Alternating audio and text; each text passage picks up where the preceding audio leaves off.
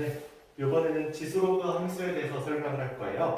지수로그 함수 같은 경우는 기존에 사전 문제로 항상 어렵게 나오던 문제이기 때문에 여러분들이 많이 힘들어 하셨던 거 저도 잘 알고 있습니다. 그래서 오늘 이거 로그 함수랑 지수 함수 둘 다 개념적으로 설명할 건데 제가 부탁드리는 건 간단해요.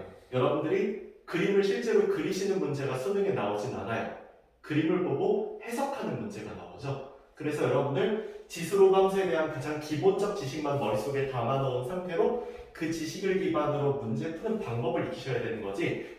쌤 저는 지수 함수 그래프 못 그려요. 로그 함수 그래프 못 그려요. 괜찮습니다. 못 그려도 돼요. 못 그려도 문제 푸는데 큰 지장 없어요. 한번 해보도록 하겠습니다. 여기는 요 지수로그 함수에 관련된 가장 기본적인 그래프를 볼 거예요. 여기 있는 이 지수 함수 y는 a의 x제곱 되겠습니다.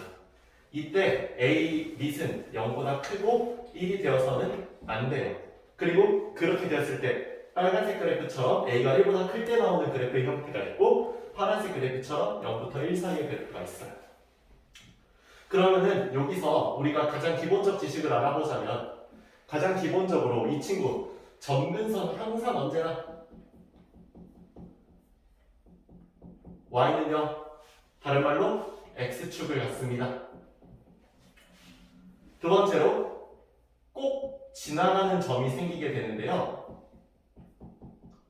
이 꼭 지나가는 점이라고 하는 녀석은 여기 그래프에서 보시는 바와 같이 0,1을 꼭 지나갈 수밖에 없어요.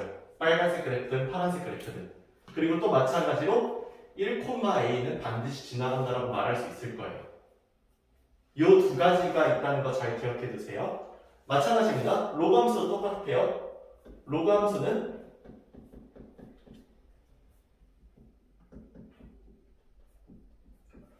로그 a를 밑으로 한 x 이런 형태로 나오는데 마찬가지로 a는 0보다 크고 a는 1이 되지 않아요. 이랬을 때 얘는 점근선이 x는 0, 즉 y축으로 나오게 됩니다. 그리고 꼭 지나가는 점으로서 얘는 반대로 1,0 a,1을 지나간다는 사실을 알 수 있어요. 아까 지수함수 그래프도 a가 1보다 클 때 0부터 1 사이일 때 빨간 파랑으로 나눴었죠? 로그 함수 똑같아요. a가 1보다 클 때는 이런 그래프, 0부터 1 사이일 때는 이런 파란색 그래프를 가지게 된다는 걸 알 수 있어요. 그리고 우리가 이 개념을 적극적으로 사용해서 문제를 봐줄 건데 여기서 보통은 평행이동에 대한 얘기 또는 대칭이동에 대한 얘기가 나오게 되는데 그래프를 이동시키는 거 별 내용 없습니다. 우리가 그래프를 이동시키는 방법이라고 하는 건 상당히 간단해요. 그냥 x축 방향으로 p만큼 y축 방향으로 q만큼의 이동을 시킨다고 하면은 우리 y는 ax제곱 되어 있는 것 y는 a의 x 빼기 p 더하기 q 마찬가지로 y는 로그 a를 밑으로 하는 x y는 로그 a를 밑으로 하는 a의 x 빼기 p 더하기 q 이런 식으로 바꿔주면 됩니다. 대칭이동도 마찬가지 논리로 바꿔주면 되는데 대칭이동에 관한 지식은 보지 않을 거예요. 이유는 간단합니다. 우리 실전 문제에서요 이거 어떻게 대칭이동 된 거냐 물어보는 경우 극히 드뭅니다. 실전 문제에서 최근의 트렌드는 문제에서 좌표를 찾고 그 좌표의 특정한 어떤 특징을 통해서 문제를 바라보는 것들이 더 많기 때문이에요. 그리고 그런 입장에서 평행이동을 가르쳐드리는 이유는 평행이동에 대한 이론이 최근에 많이 쓰이기 시작했다라는 것 때문이거든요. 그리고 또 하나 여기서 평행이동시킨 이 그래프를 보시면 아시겠지만 결국 이 그래프 우리 그리려면은요 간단히 생각하시면 돼요. 아까 점근선도 점근선이지만 꼭 지나가는 점으로서 0,1하고 1,a 1,0하고 a,1 두 개 있었던 거 기억나시죠? 이 평행이동에 의해서 점근선은 그냥 바뀌는 거일 뿐이에요. 뭘로? y는 q로 뭘로? x는 p로 마찬가지예요. 꼭 지나간 점도 바뀝니다. 뭘로? p, q 플러스 1 또 뭘로? p 플러스 1, q 플러스 a로 여기도 마찬가지예요. p 플러스 1, q p 플러스 a, q 플러스 a 그럼 우리 그래프 그리는 거 어렵지 않아요. 평행이동시킨 그래프 그리고 싶다. 만약 그렇다고 하면은 점근선을 또 꼭 지나가는 점을 그리시고 난 다음에 여기 그래프 보면 똑같이 참고해서 그려주시면 돼요. 그건 로그함수 마찬가지고요. 그래서 평행이동이 됐던 대칭이동이 됐던 심지어 대칭이동 그래프는 못 그려도 된다고 했죠. 평행이동 그래프의 경우 이렇게 내가 직접 정보를 바꿔줘서 원래 그리던 대로 그려주면 된다는 겁니다. 우리는 컴퓨터가 아니기 때문에 정확하게 그릴 수가 없어요. 일단 메시장죠. 사람이잖아요. 그러면은 너무나 당연하게 여기 있는 문제를 풀 때 정확한 그래프를 요구하는 게 아니라 그래프를 통해서 어떤 정보를 파악하는 걸 요구하는 게 수능일 수밖에 없다는 거예요. 사람인데 그걸 어떻게 정확하게 그리려고 합니까? 그죠? 그래서 이런 그래프의 내용을 바탕으로 해서 문제를 보도록 할 겁니다.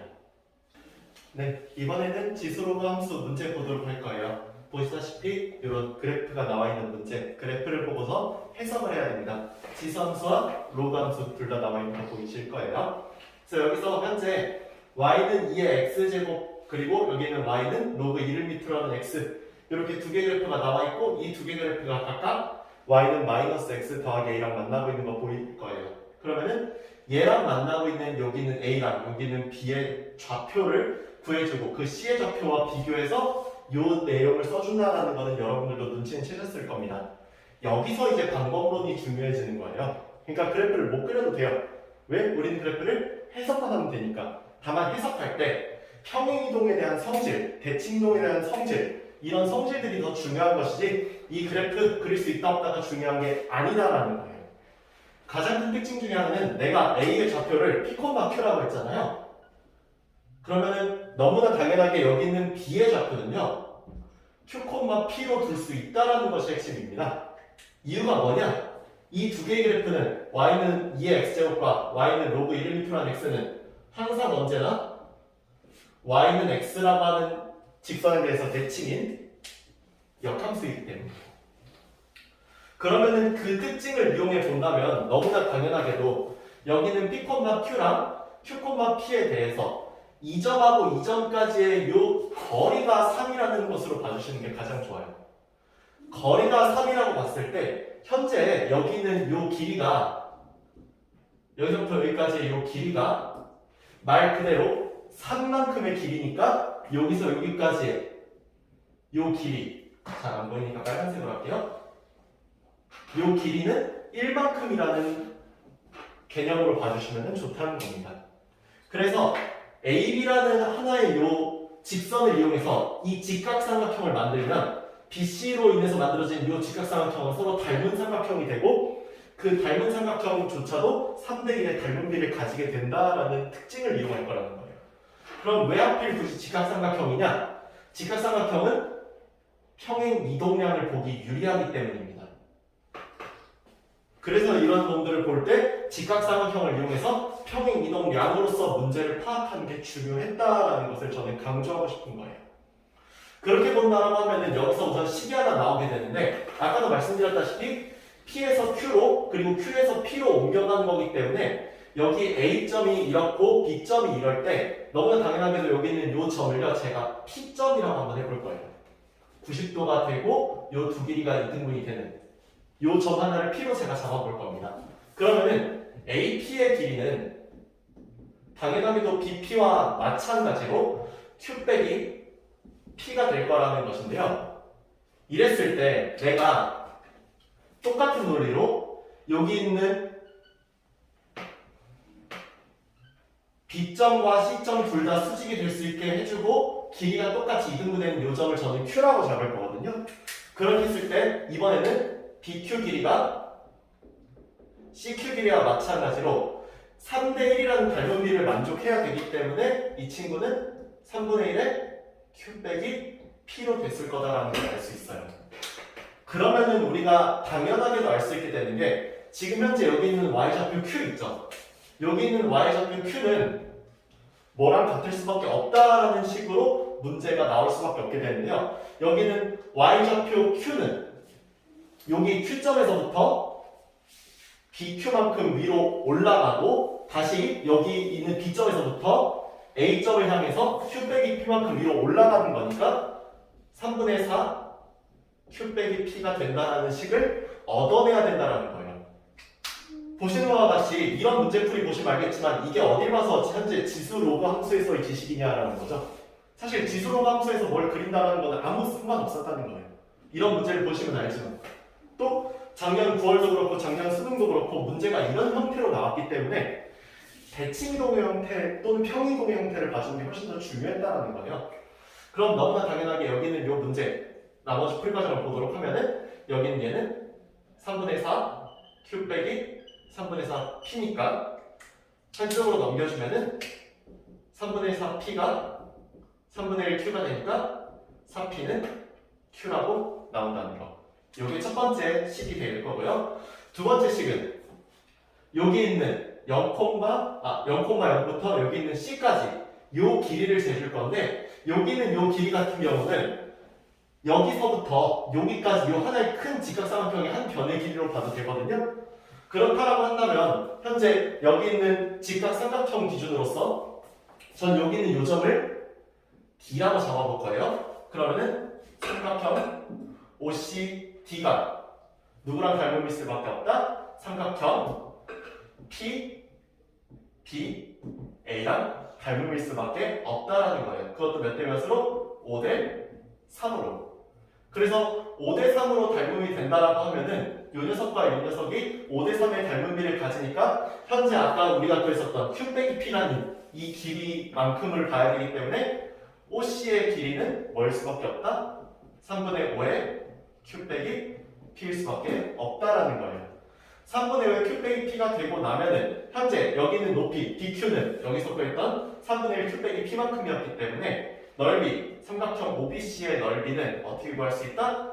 2분의 1 곱하기 3분의 5 Q 빼기 P라고 하는 밑변 곱하기 여기서 아까 구했던 3분의 1 Q 빼기 P가 될 수밖에 없다라는 거죠. 그래서 18분의 5에 Q 빼기 P를 한 것이 Q 빼기 P의 제곱을 한 것이 사식이다라는 것을 알 수 있다는 거예요. 그러면은 여기 있는 Q 빼기 P의 제곱은 144가 되고 Q 빼기 P가 12라는 걸 알 수 있습니다. 이유는 Q가 P보다 크기 때문이죠. 그러면은 여기 식 하나, 여기 또 식 하나 해서 문자 두 개가 나오게 되고 식도 두 개가 나오게 돼서 문자를 해결할 수 있게 됩니다. Q 자리에다가 이제 3P를 집어넣어주면은 3P 값이 12니까 P는 4, Q는 16이라는 것을 알 수 있게 돼요. P가 4고 Q가 16이라는 걸 알 수 있게 되니까 여기 문제에서 원하던 P 더하기 Q의 값은 20이라는 것을 구할 수 있게 됩니다.